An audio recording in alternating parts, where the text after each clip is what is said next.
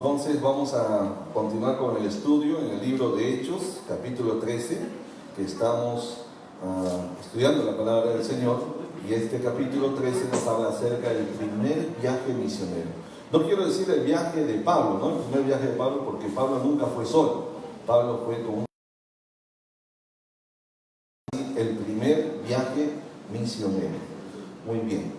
Entonces, vamos a leer una parte del capítulo 13 de Hechos, y dice así, desde el 1 hasta el 12.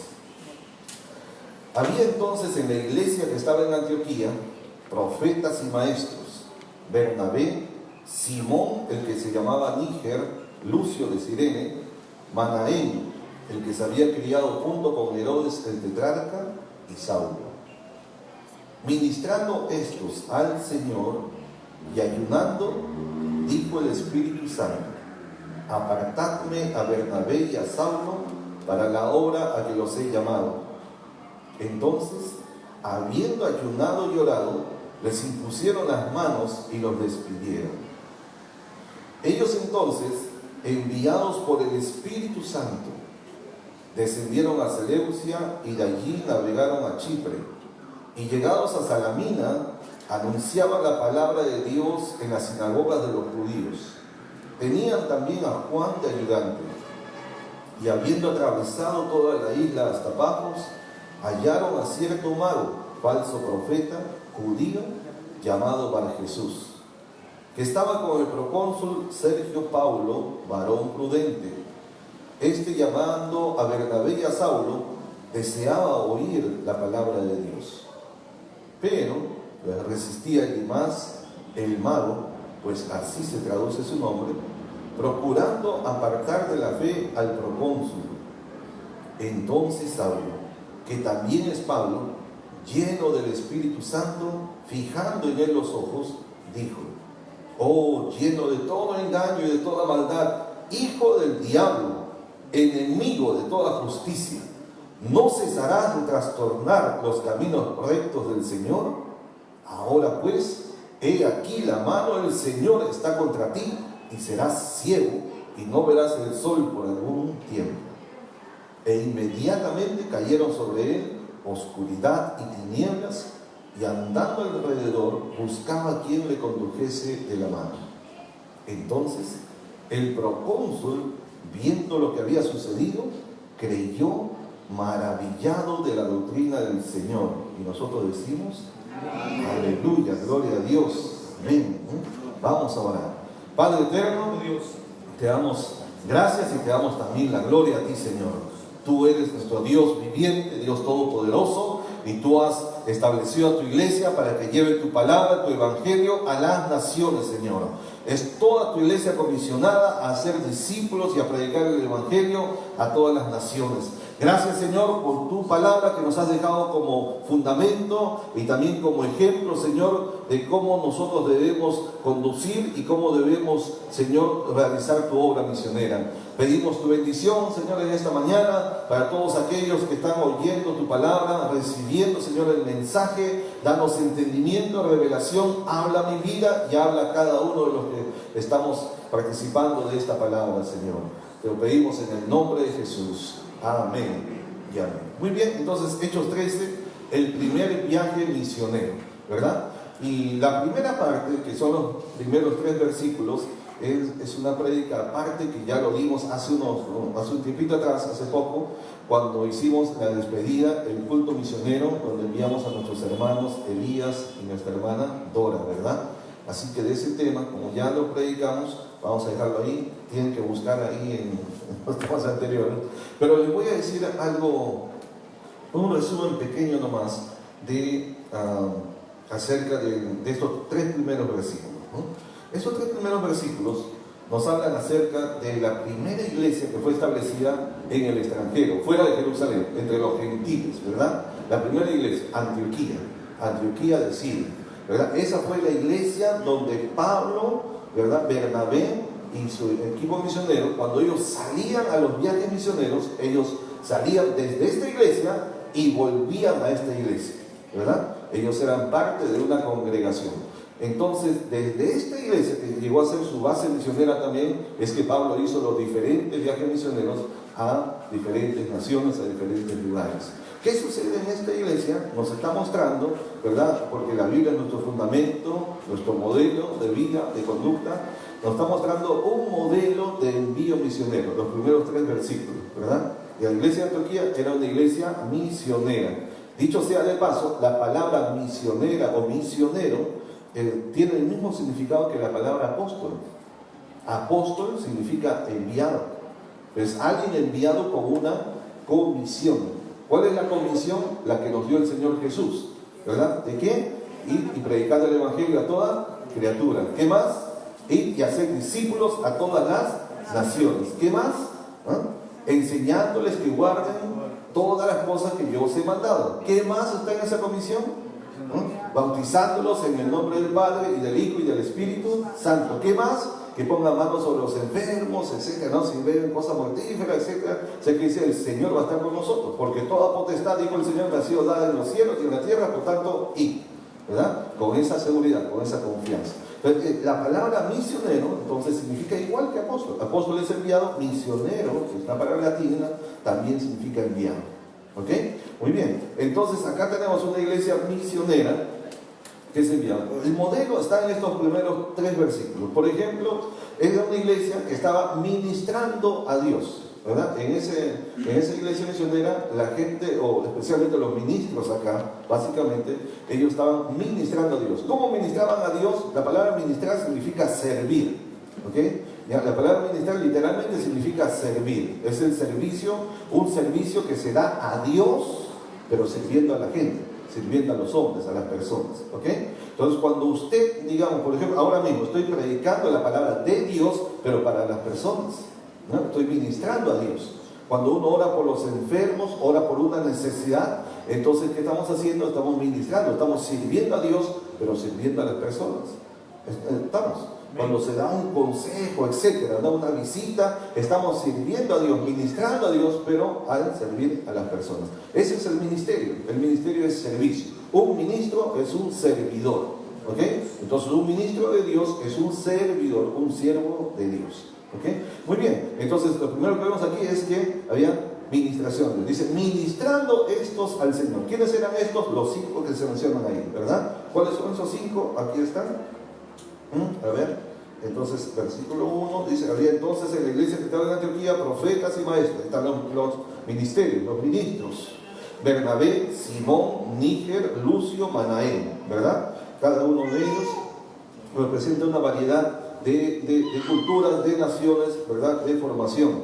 Entonces, ¿qué más tenemos ahí? Tenemos que había ayuno, porque dice el versículo 2, ¿verdad? Y ayunando, quiere decir, estaban ayunando, ¿verdad? Pero el ministerio no se puede hacer solamente con nuestra fuerza y nuestro conocimiento o sabiduría humana, ¿verdad? Una persona bien preparada, un profesional, una persona que tiene un alto conocimiento académico, no es suficiente si no tiene, hermano, de parte de Dios la gracia, la sabiduría, la revelación, el poder que solamente viene de Él. Sino cualquier profesional podría ser también pastor. No es así. Somos llamados y constituidos por Dios. ¿Estamos? ¿Verdad? Por eso que la vida espiritual es muy importante. Dice que estaban haciendo ellos ayunando. Había ayuno, entonces tenemos ministración, que es servicio, tenemos ayuno, luego dice, había oración, porque dice, ayunando estos, ¿qué más? Y ayunando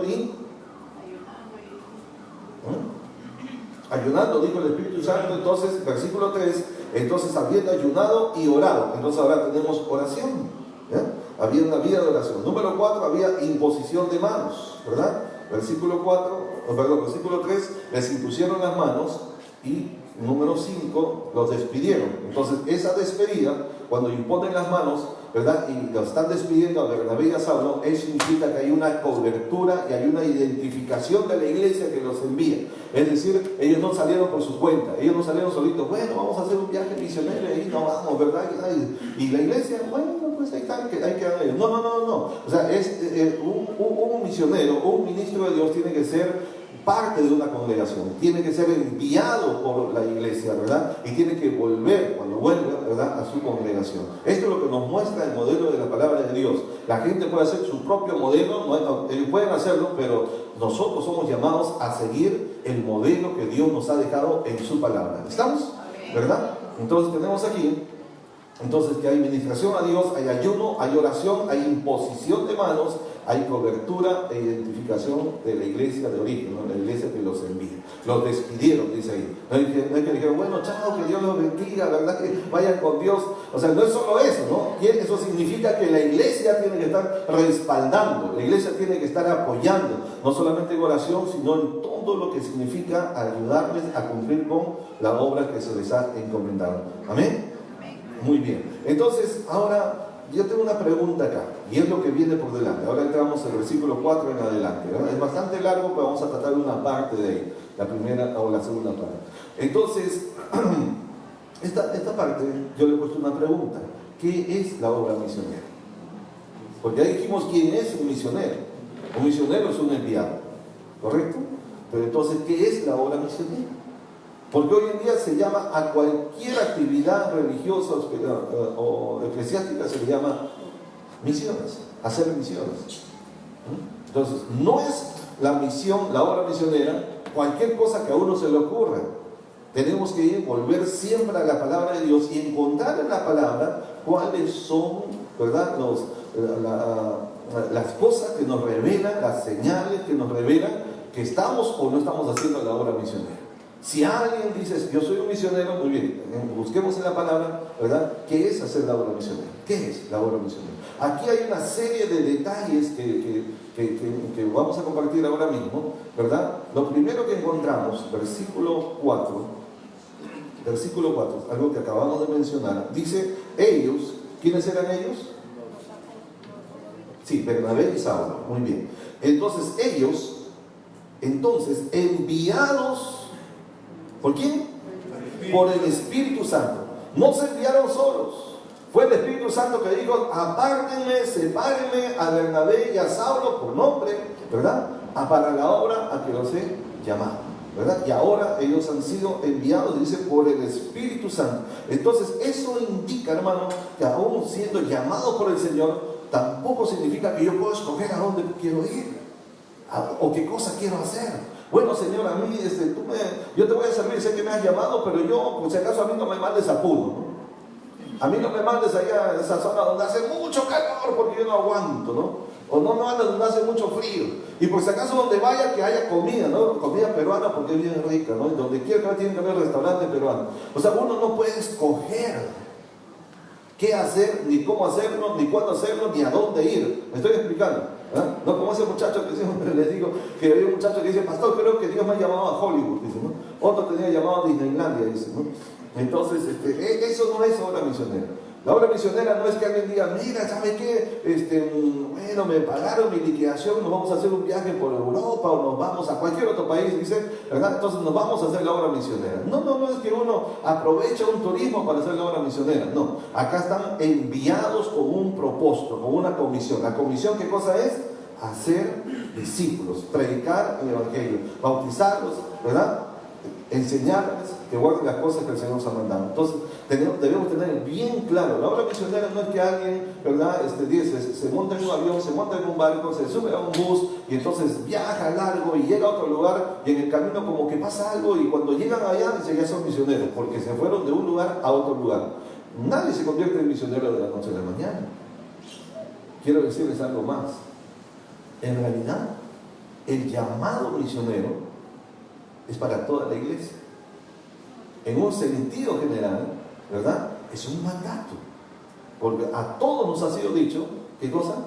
Vayan y prediquen el Evangelio. Y hagan discípulos a toda la iglesia. ¿Estamos? ¿Verdad? ¿Ya? Ahora, pero hay algunas características específicas que demuestran si estamos o no haciendo la obra misionera. Entonces, lo primero que encontramos aquí, ellos fueron enviados por el Espíritu Santo, ¿sabes?, hacia un lugar específico con un propósito específico. ¿Qué más vemos aquí? Que ellos salen de una iglesia local. Ellos son parte de una iglesia local. Las personas que andan por ahí, ¿verdad? Por aquí, por allá y por otro lugar, ¿verdad? Pero que no son parte de una iglesia. ¿De qué iglesia pertenece usted? ¿Quién es su pastor? ¿De qué congregación sale? Entonces son personas que se matan a sí mismos, que se envían a sí mismos, que andan por sí mismos, ¿verdad? Eso no es correcto delante de Dios, porque estamos viendo acá que Pablo, Bernabé, hombres de Dios, ministros del Señor, ¿verdad? Salen de una congregación y vuelven a una congregación. ¿Sí? Importante, ¿no? Muy importante. ¿Ya? Entonces, ¿qué más tenemos aquí? ¿Qué ocurre cuando ellos salieron? ¿Salen a dónde fueron? A ver, vamos a ver. Fueron a diferentes lugares. Entonces, ¿no? Ellos entonces, enviados por el Espíritu Santo, descendieron a Seleucia y de ahí navegaron a Chipre. Chipre ya es Europa. Y llegados a Salamina anunciaban la palabra de Dios. ¿Qué estaban haciendo? Anunciando la palabra de Dios. ¿Verdad? O sea, ellos no anunciaban su testimonio, lo que habían leído en algún libro, ¿verdad? O sea, algo que querían compartir, su razonamiento. No. ¿Qué estaban haciendo ellos? Anunciando la palabra de Dios. Eso hace un misionero. Anuncia la palabra de Dios. Debe predicar, debe publicar, debe pregonar. ¿Qué cosa? La palabra de Dios, porque esta palabra es la que convierte el alma. Esta palabra es la que da fe para que la gente pueda creer y ser salvo. ¿Estamos de acuerdo? Porque la fe viene por el oír la palabra de Dios. Va a haber gente que se convierta en tanto prediquemos la palabra. No estamos en contra de los testimonios, son muy importantes, ayudan, pero el testimonio no convierte a nadie. El testimonio no da fe, ¿verdad? Lo que trae fe para conversión, para sanidad y para todo es la palabra de Dios. Por eso, aquí encontramos que estaban anunciando la palabra de Dios. ¿Qué más sucede? Hay una confrontación espiritual. Sí, claro, porque estamos yendo al campo misionero, y en ese campo misionero hay alguien que ya está ahí. Nosotros como misioneros vamos, la iglesia misionera va a predicar el evangelio al campo misionero, pero en ese lugar ya hay alguien ahí. Por eso yo no estoy muy de acuerdo con el concepto de campos blancos, ¿no? ¿Han escuchado esta expresión, no? Los campos blancos. Se entiende un poquito mal porque se dice campo blanco es aquel lugar donde no hay ninguna iglesia. Eso es lo que se quiere decir, campo blanco. No hay testimonio cristiano y todo, ¿verdad? Pero el Señor Jesús no habló en ese término. Lo que el Señor Jesús dijo realmente fue, ¿verdad? Levanten los ojos, alcen los ojos y miren los campos que están blancos para la siega.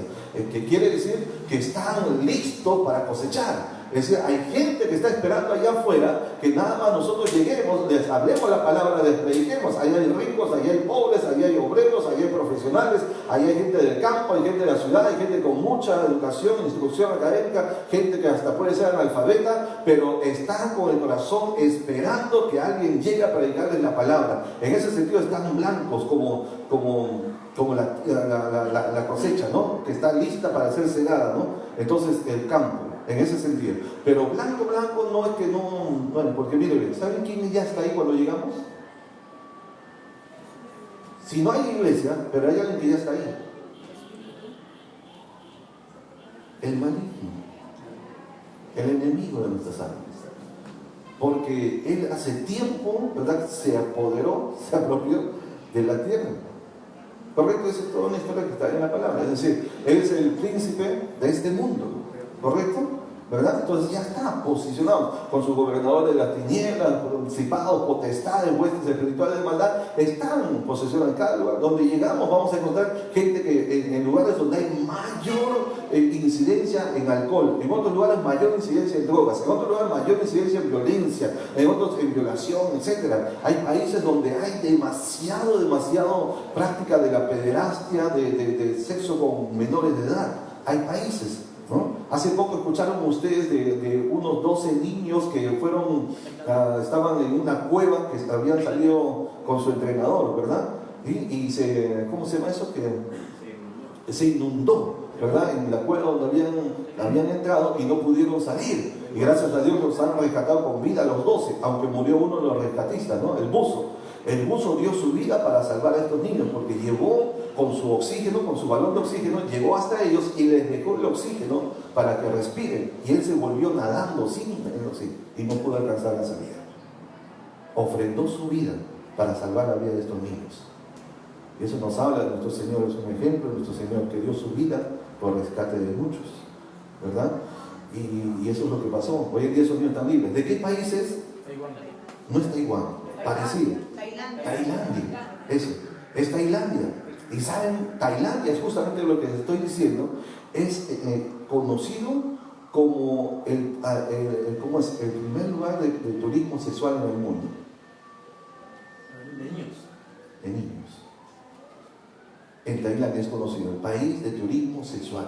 Así como aquí al Perú se viene a hacer turismo gastronómico, ¿verdad? Para comer la rica comida o conocer Machu Picchu, una de las maravillas, ¿no? En Tailandia van, especialmente europeos, van allá a tener sexo con los niños. Y el gobierno se hace de la vista gorda. Y hay niños, niñas de 12, 13, 14 años, 15 años, que ya tienen experiencia sexual y están siendo explotados, están en prostitución. Estoy hablando, de eso están las noticias, pero yo personalmente he estado 4 veces ahí en ese país. Sé lo que les estoy diciendo. Es terrible. Entonces, así el diablo está establecido en lugares donde hay cierta incidencia de un tipo de mal, un tipo de maldad. ¿Me estoy explicando? ¿Ya? Entonces, aquí llega Pablo a este lugar, ¿verdad? Estamos en Chipre ahora, ¿verdad? Entonces, ¿qué sucede ahí? ¿Qué sucede? Y llegados navegaron a Chipre. Versículo 5, y llegados a Salamina, anunciaban la palabra de Dios en la sinagoga de los judíos. Muy bien. Tenían también a Juan de ayudante. Esto nos habla entonces que ellos trabajaban en equipo misionero, ¿verdad? O sea, no trabajaban solos, no eran individualistas, había un equipo. Está Bernabé, está Saulo, está Juan, ¿y quién más?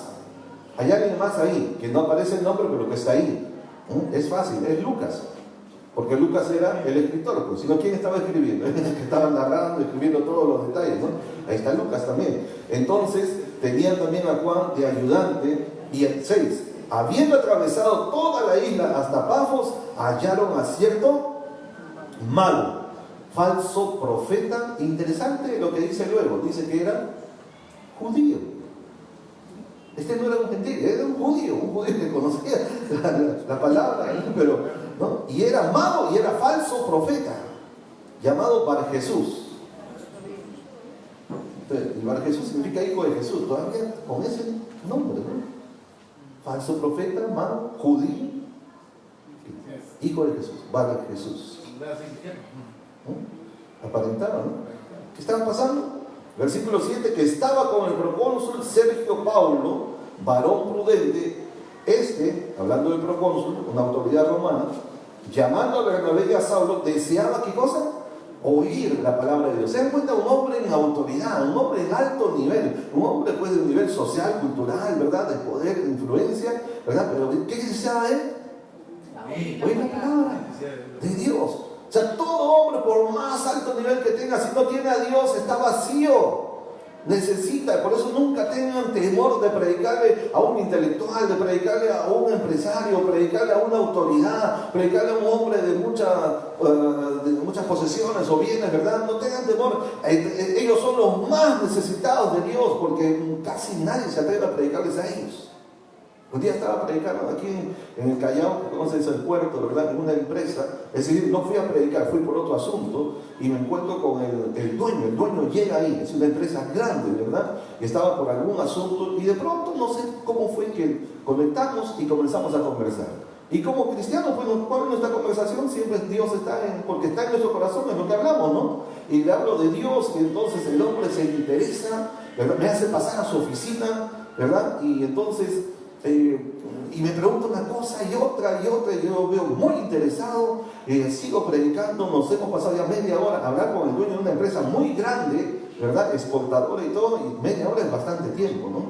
Pero seguimos hablando 1 hora, hora y media, 2 horas, la secretaria venía a decir, tiene una cita con tal persona, lo buscan tal persona, lo llaman de tal, y decían, dígale que estoy ocupado. Lo llamaban tanto que en un momento agarró el teléfono y lo desconectó. Ya, sigamos hablando. Y nos pasamos 3 horas. Con un hambre de este hombre, predicándole la palabra. Al final le digo, ¿ahora estás listo para aceptar a Cristo? ¿Has entendido lo que te digo? Me dijo, sí, yo quiero aceptar a Cristo. Ahí en su oficina se humilló y aceptó al Señor. Contento, me abrazó fuertemente. Digo, sigan hablando del Señor. La gente que tiene hambre de Dios, hay que atreverse a predicar al Señor. Amén. aquí tenemos a esta alta autoridad romana, ¿verdad? Deseaba oír la palabra de Dios, pero, siempre hay un pero, a ver, diga pero. Hacemos la obra, predicamos con alma, queremos hacer todo, pero hay un pero ahí, ¿no? Un pero es como decir algo en contra, una cosa que se opone, ¿verdad? Que se resiste a que se cumpla la palabra del Señor o la comisión que nos ha dado. Entonces el versículo 8 dice, pero le resistía Elimás. ¿Quién era Elimás? El mago. Eso significa su nombre, ¿verdad? Le resistía. ¿Qué significa resistir? Hacer una fuerza contraria, ¿no? Rechazaba, ¿verdad? Entonces le resistía. Y donde estamos, el mago, pues así se traduce su nombre, procurando apartar de la fe, pero con su Pablo y Bernabé predicándole, tratando de ganarse esta autoridad, pero Elimás haciendo la contraria, ¿verdad? Ese es el enemigo, hermano. Cuando usted hace algo que está en la voluntad de Dios, cuando usted quiere obedecer al Señor, el enemigo también hace su parte, ¿verdad? Tenemos que saberlo, amén, porque nuestra lucha no es contra carne ni sangre, sino contra principados, potestades, gobernadores de las tinieblas, ¿verdad? Y huestes espirituales de maldad. Por eso, hermanos, tenemos que saber que nosotros no es que vamos a ver quién va a ganar, nosotros ya somos más que vencedores en Cristo Jesús. Ya tenemos la victoria, ya tenemos de parte de Dios todas las armas. Las armas de nuestra milicia no son carnales, no son humanas, sino que obviamente son espirituales y son poderosas en Dios para destrucción de fortaleza. Así que no importa quién el enemigo se levante, no importa quién se oponga, nosotros estamos del lado del vencedor. Por eso somos más que vencedores. Amén. Muy bien. Entonces ¿qué nos dice acá? Pero resistía Elimás y todo lo demás. Entonces Saulo, que también es Pablo, lleno del Espíritu Santo, fijando en él los ojos, lo mira fijamente. No tengan miedo del malo, del maligno. No tengan miedo. Nunca tengan miedo del malo. Así sea un brujo, así sea quien fuera. Dice, fijando en él los ojos. Lo señalan. Un poco como que yo no me acerca hasta le puso el dedo así también, ¿no? Así. Oh, lleno de todo engaño y de toda maldad. O sea, estaba lleno. ¿Qué significa lleno? Saturado completamente. O sea, todo su pensamiento, su vida, lleno de todo engaño y de toda maldad. ¿Y qué más? Un cariñito le dice, ¿no? Con cariño, hijo del diablo y de toda injusticia. Tremendo, ¿no? Algunos dirán, ya ve, pastor, aquí en la Biblia dice que se puede decir hijo del diablo. No, la Biblia no dice que se puede decir. Lo que la Biblia dice es que Pablo le dijo a este hombre que literalmente sí venía a ser un hijo del diablo, ¿no? Enemigo de toda justicia, no cesarás de trastornar los caminos rectos del Señor. Y entonces lanza, ¿verdad?, con autoridad una palabra. Dice, ahora pues he aquí la mano del Señor está contra ti. No dice mi mano, la mano del Señor está contra ti, y serás ciego y no verás el sol por algún tiempo. Ese por algún tiempo, siempre recuerde que hasta en el juicio de Dios hay un elemento de misericordia. No lo dejó ciego para siempre, sino que vea el poder de Dios y a ver si acaso por lo menos por eso se arrepienta, ¿verdad? ¿Ya? Entonces, serás ciego, no verás el sol por algún tiempo. ¿Y qué sucede?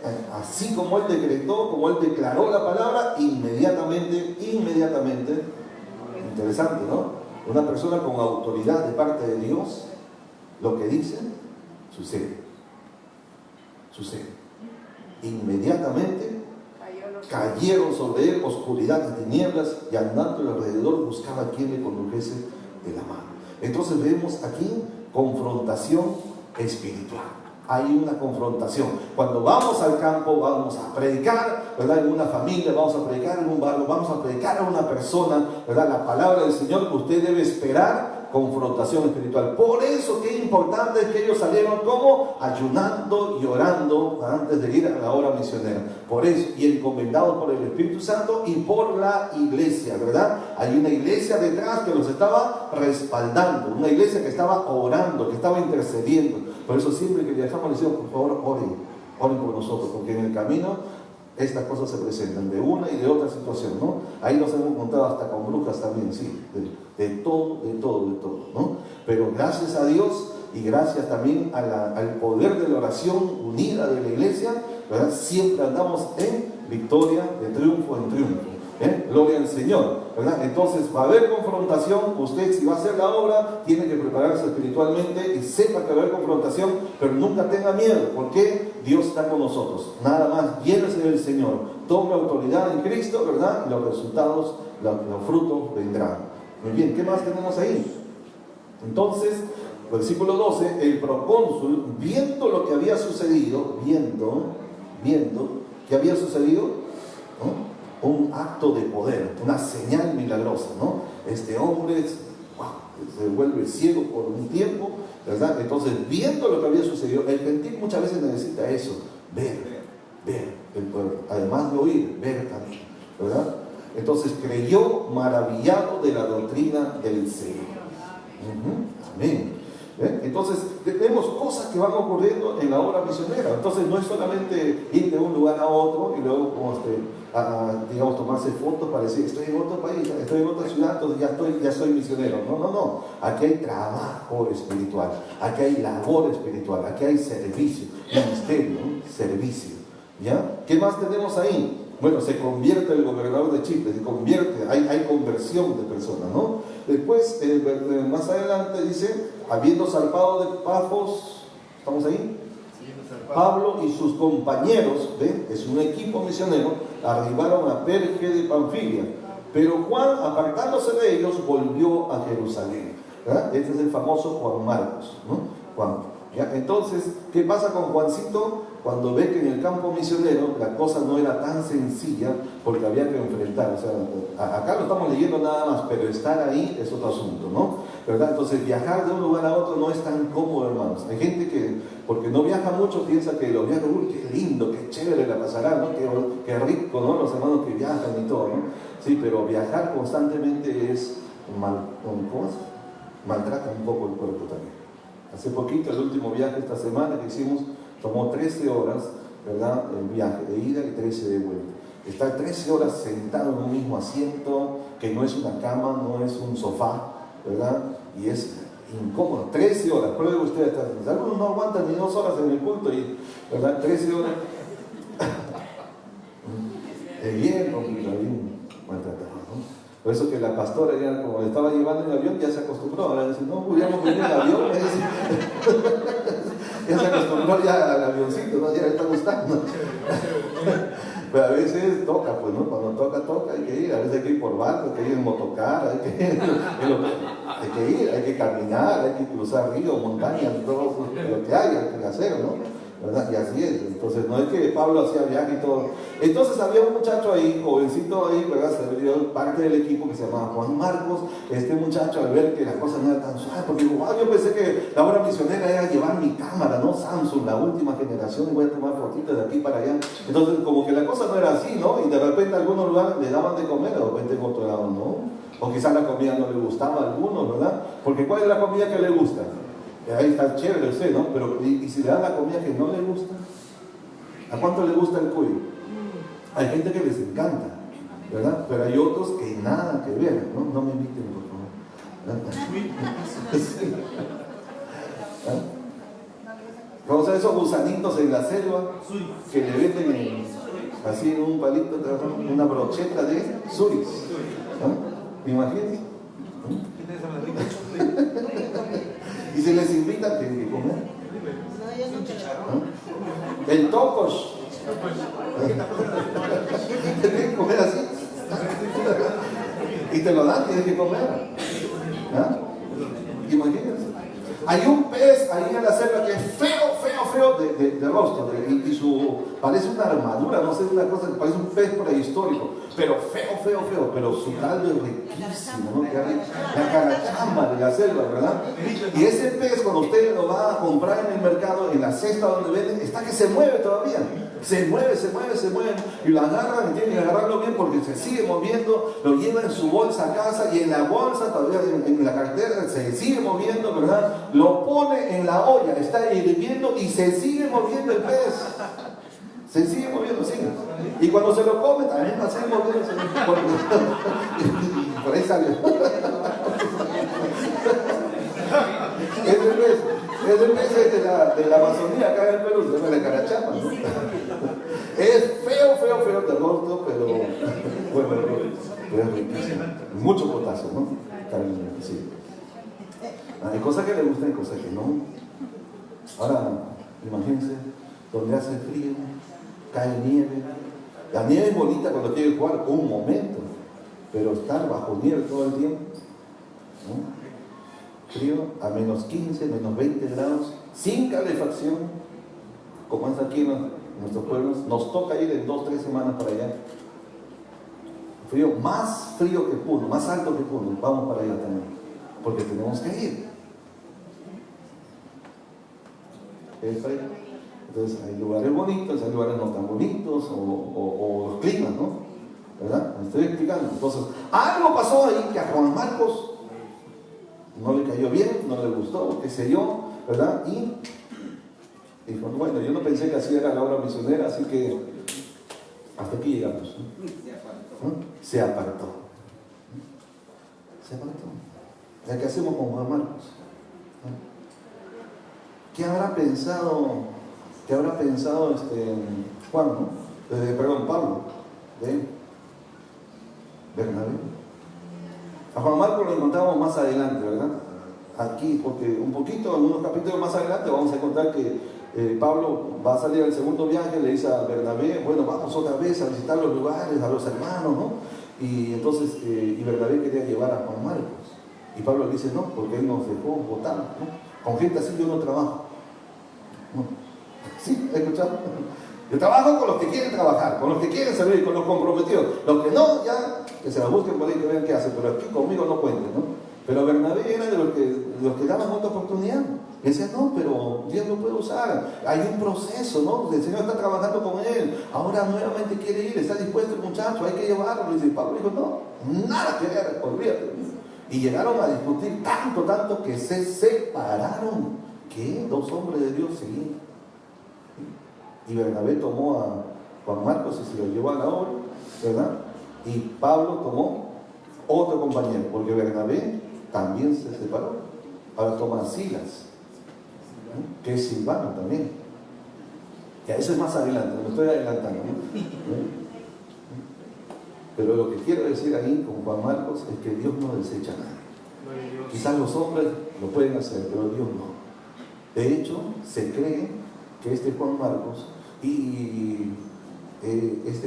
fue el que escribió este Evangelio de Marcos, ¿no? ¿Qué les parece? Al final no estaba tan perdido, ¿no? Algo le sirvió, algo aprovechó. Hasta el mismo Pablo, más adelante, ya viejito, cuando le escribe a Timoteo, le dice a Timoteo, y trae contigo a Juan Marcos, porque me es útil. Aquel que lo había desechado, pues me es útil, tráelo por favor. ¿No? Interesante, ¿no? No desechemos. La gente que hoy en día falla, la gente que hoy en día se tropieza, la gente que te abandona, la gente que te da la espalda, la gente que no hace las cosas como tú esperas que debes hacerlo, bueno, está bien. ¿Por qué? Todos tenemos derecho a equivocarnos. ¿Está bien dicho, no? ¿No? Sí, todos podemos fallar alguna vez, o somos perfectos ya. No fallamos alguna vez, pero también debemos tener el deber de levantarnos. Como dijo Anel, el problema no es haber caído, haber fallado, es levantarse de él. Amén. Y retomar, porque Dios todavía tiene planes con usted. ¿Sí? ¿Te falló? ¿Qué? Pero levántese y siga adelante, porque todavía Dios puede hacer algo con usted. Gloria al Señor. Y ahí lo vemos a Juan, ¿no? No fue cualquier cosa, ¿no? Un tremendo hombre. Y ser útil para Pablo, eso ya es otro level, ¿no? O sea, él tuvo que crecer, ¿ves? Entonces, ¿qué más tenemos por acá? A ver, sigamos.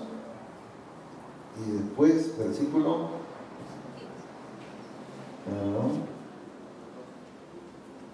¿Dónde estamos? 14. Sí, ya el 13 dice que, pero Juan, apartándose de ellos, volvió a Jerusalén.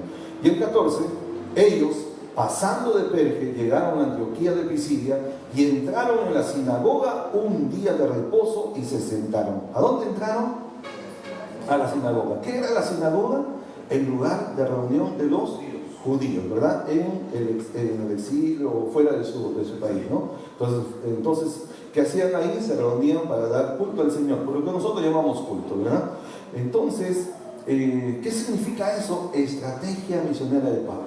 Pablo iba a buscar los lugares donde la gente se reunía, ¿verdad? Entonces Pablo no tiraba al blanco, como dice, ¿no? Sino, es decir, no tiraba al aire, no daba golpes al aire, él miraba el blanco, ¿a dónde tenía que ir? ¿Dónde había gente? Y él, como un hombre instruido, sabía que él le daban lugar, ¿verdad? En la sinagoga. De hecho, le invitan a hablar, ¿no? Y él se lanza toda una declamación, una prédica ahí bien larga, que llega hasta el final del capítulo, ¿verdad? Y entonces aprovecha. Por eso, qué importante, hermanos amados, qué importante es la preparación. Porque te abre puertas, te abre ocasiones, te da oportunidades, ¿verdad? A Pablo no lo hubieran invitado, ¿verdad? A compartir a los judíos si es que no supieran que él era un hombre ilustrado, un hombre preparado. Me estoy explicando, ¿verdad? Eso le dio una oportunidad. Pablo también estratégicamente, ¿verdad? Fue a buscar justamente ese lugar donde llegar con la palabra. Y como tenía la capacidad de hacerlo, le abrieron las puertas y llegó. De esa gente se ganó un poco, no un poco, muchos, dice ahí la palabra, muchos creyeron, ¿verdad? Por la palabra del Evangelio de Pablo. Entonces, les voy a decir una pequeña descripción de las incidencias que hay en la obra misionera, como para reconocer quién realmente está haciendo o no está haciendo la obra misionera. Voy a tomar parte de este viaje misionero que está en el capítulo 13 y el capítulo 14 también de Hechos, para mencionar lo siguiente. Entonces, 1, son enviados por el Espíritu Santo, versículo 4. 2, pertenecen a una iglesia, salen de una congregación y vuelven a esa congregación, ¿verdad? Capítulo 13, del 1 al 3. 3, hay confrontación espiritual en el campo misionero, ¿verdad? Ellos predican la palabra, llevan el reino de Dios, pero el reino de las tinieblas que está ahí se opone, se resiste a través de sus representantes. Aquí fue a través del mago, ¿verdad? Que era judío, falso profeta, ¿sí? Lleno de maldad. ¿Qué más? Hay conversión a todo nivel. La gente que está en la sinagoga, gente del pueblo, digamos, común, ¿verdad? Pero también gente en autoridad, como el procónsul, ¿no? Que era una autoridad oficial del Imperio Romano. ¿Qué más? Al final de este pasaje del capítulo 13, ¿verdad? Hay los judíos no quisieron aceptar la predicación de Pablo, se rebelaron, lo rechazaron. Entonces, ¿qué hace Pablo? Le dice, mira, ciertamente era para ustedes, pero como ustedes no quieren, ¿verdad? Sacudimos el polvo en nuestros pies y ¿sabe qué? A partir de ahora nosotros nos volvemos hacia los gentiles porque ahí también nos mandó el Señor, ¿verdad? Y a partir de ahí se da el primer giro de la predicación del Evangelio hacia los gentiles en el ministerio de Pablo, ¿verdad? ¿Qué más tenemos ahí? Hay manifestación de milagros, de señales. Nos vemos aquí el caso de cómo este hombre, por la palabra de Pablo, queda ciego temporalmente, ¿cierto? Hay sanidades, hay milagros también que se mencionan ahí, muchos milagros, dice en el capítulo 14, versículo 3. Muchos milagros, ¿sí? ¿Qué más? El Evangelio, así como es predicado y es aceptado por algunos, también es rechazado por otros, ¿ok? ¿Ya? Entonces hay, ¿qué cosa? Hay rechazo del Evangelio, ¿sí? Hay gente que acepta, hay gente que recibe, pero sepamos que también va a haber gente que, ¿verdad?, se va a oponer, gente que no va a aceptar, que no solamente no acepta, que no solamente rechaza, sino que además levanta persecución, levanta, ¿verdad?, la ira, la violencia contra aquellos que predicamos el Evangelio, ¿no? Debe saber que en algún lugar le puede pasar, ¿no? Hay lugares donde usted llega y hay mucha apertura, una actitud de disposición de recibir la palabra de Dios, pero hay lugares donde la gente no quiere saber, no quiere oír, ¿verdad? Y eso puede ser hasta en los mismos creyentes también, ¿no? Porque aquí estaba, ¿en dónde? En una sinagoga. ¿Quiénes eran los que estaban en la sinagoga? Judíos, creyentes en Dios. Entonces, espere que aún hasta en un lugar, una comunidad de creyentes, hay gente que también rechaza la palabra. ¿Por qué? Porque tienen la cabeza cuadrada, es decir, ¿verdad?, que creen que solo el Evangelio, la doctrina, la palabra, solamente como ellos lo recibieron, lo creyeron, lo fueron enseñados, qué sé yo, ¿verdad? Pero que no está conforme a la verdad. Aquí Pablo les está tratando es decir, a ver, los judíos tenían una forma de comprender la fe, una forma de entender la relación con Dios, ¿verdad?, que no tenían la revelación completa. Viene Pablo, ¿verdad?, el apóstol, y les dice, mire, está bien, nuestros antepasados recibieron esto y esto y esto y esto, pero Jesús es el cumplimiento de la ley. En Jesús, que murió y resucitó, etcétera, les predica a Cristo. Para ellos no les entra en su cabeza esa mente, esa cabeza, esa visión cuadrada, no les entra. Y entonces, ¿qué hacen? Al ver que hay algo diferente a como fueron enseñados, entonces se resisten, rechazan rechazan y levantan violencia, persecución contra los ministros de Dios. Esas cosas también pasan, ¿ok? Entonces, cuando vamos a predicar el Evangelio, tienen que saber que va a haber aceptación, pero por otro lado, también en algún momento se levanta oposición, resistencia, rechazo y persecución, ¿ok? Entonces, no tenga miedo. Quizás algo de esto fui Juan Marcos y por eso esa parte no le gustó. Nos fuimos con un grupo de música, esa música andina con quenas, flautas, zampoñas, charango y bombo y todas esas cosas. Nos fuimos a hacer la obra misionera, a plantar iglesia y fuimos ahí predicando. Establecimos una iglesia en el Cusco, ¿verdad? Estamos hablando del año 93, 94, 95. Y había entre ellos un muchacho, me acuerdo ahora hablando de Juan Marcos, que era un buen músico y buen cantante. Excelente voz, llegaba a los agudos altos, eso llegaba muy bien, ¿verdad? Y tocaba de todo. Entonces era buenísimo en el grupo, pues, porque hacía de todo, ¿verdad? Pero entonces, hasta ahí nomás, porque en el momento de hacer la obra,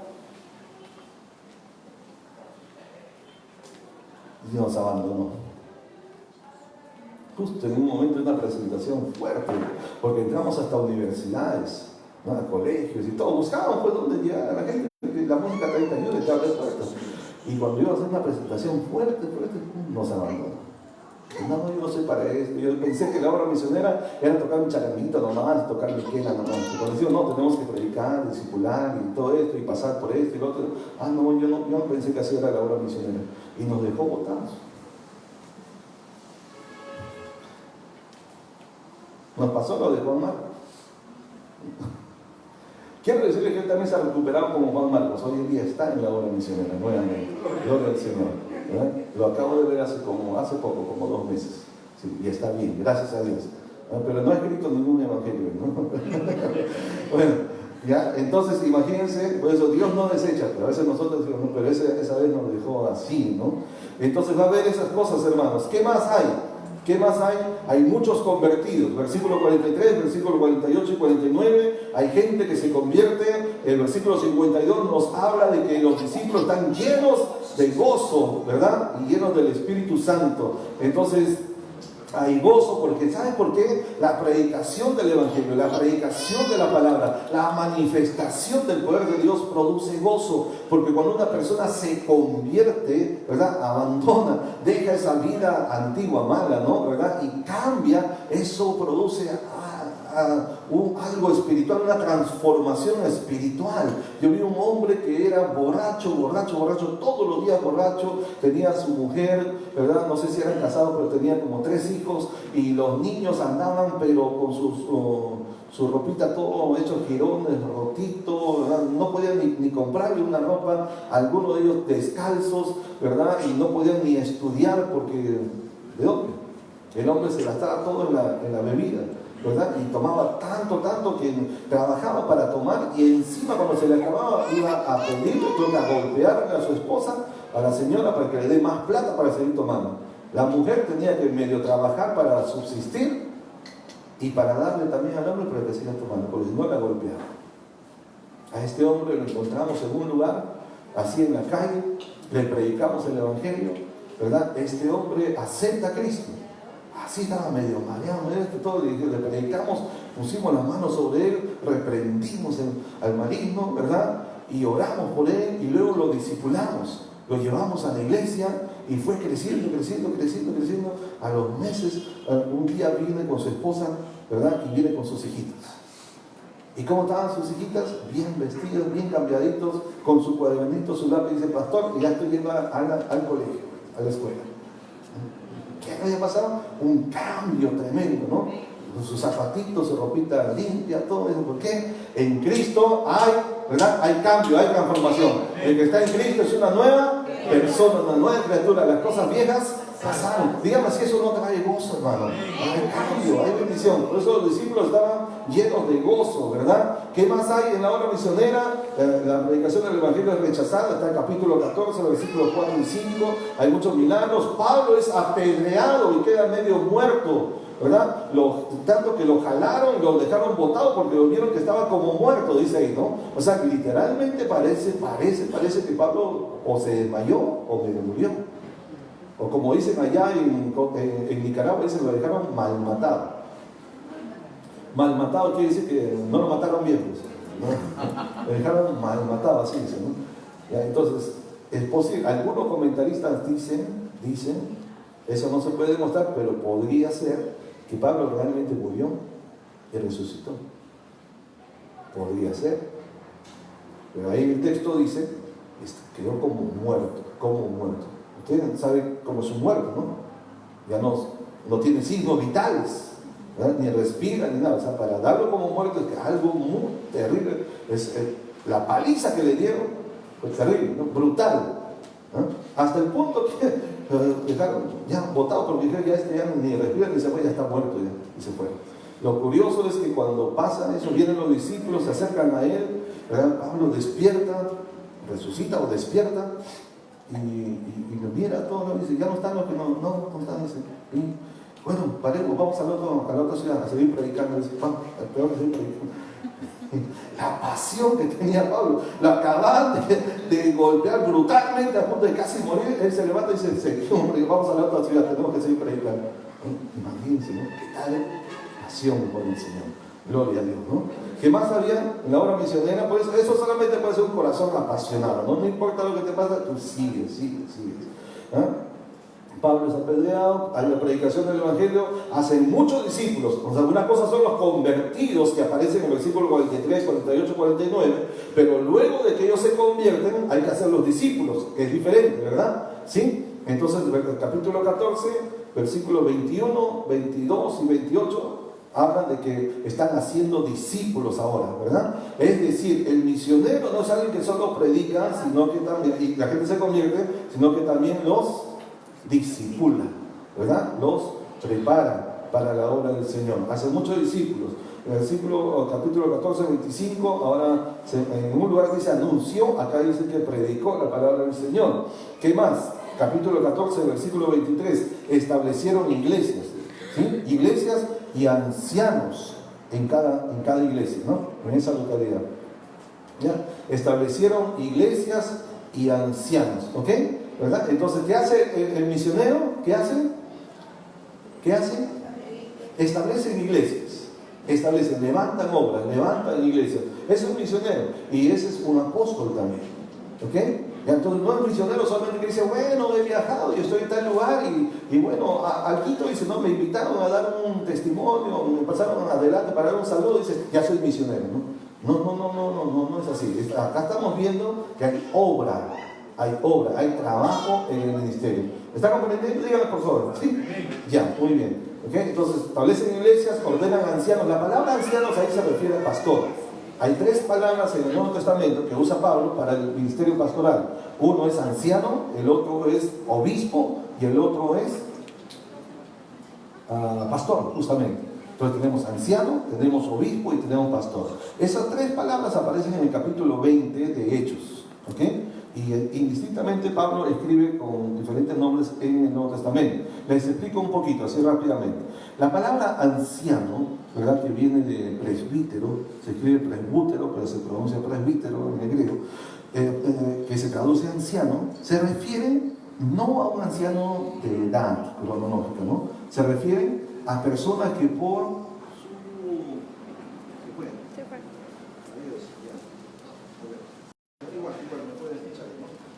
a personas que por su experiencia, ¿verdad?, de vida y la sabiduría que han adquirido en esos años de vida y de experiencia, entonces son establecidos justamente como ministros de Dios, ancianos, ¿ya? Personas que pueden aconsejarlo, guiarlo, orientarlo.